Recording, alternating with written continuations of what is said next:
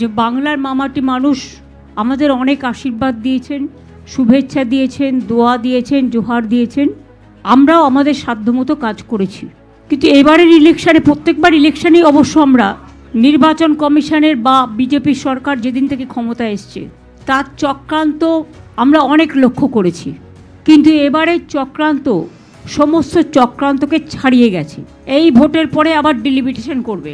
Delimitation মানে হচ্ছে আগামীবার মোদী সরকার জিতবে না, ক্ষমতায় আসবেন না, কারণ মানুষ ওনাদের দেশের মানুষ পছন্দ করছে না, বাংলা তো নয়। এবং তাই এক ডিলিমিটেশন, 2 এনআরসি, 3 সেন্সাসের নামে মানুষের নাম আরও বাদ দেয়া, এটা ওদের পরিকল্পনা।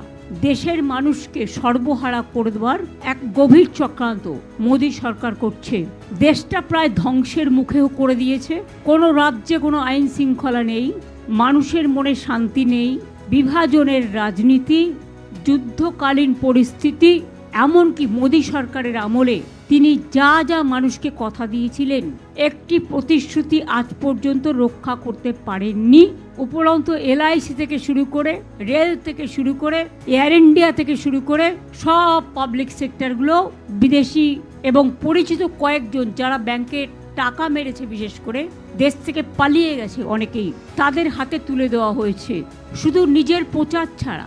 এবং এই মোদী সরকারের মাত্র 2 জন কাজ করেন, একটা মোদিজি আর একটা ওনার হোম মিনিস্টার। এই 2 ভাই মিলে দাঙ্গা থেকে দুর্যোগ, দুরারোগ থেকে যুদ্ধ, রাজনৈতিক চক্রান্ত থেকে গণতান্ত্রিক চক্রান্ত, গণতান্ত্রিক চক্রান্ত থেকে দেশ বিভাজনের চক্রান্ত, টোটাল স্বৈরাচারী মনোভাব নিয়ে টোটাল ভারতবর্ষটাকে দখল করেছে গায়ের জোরে।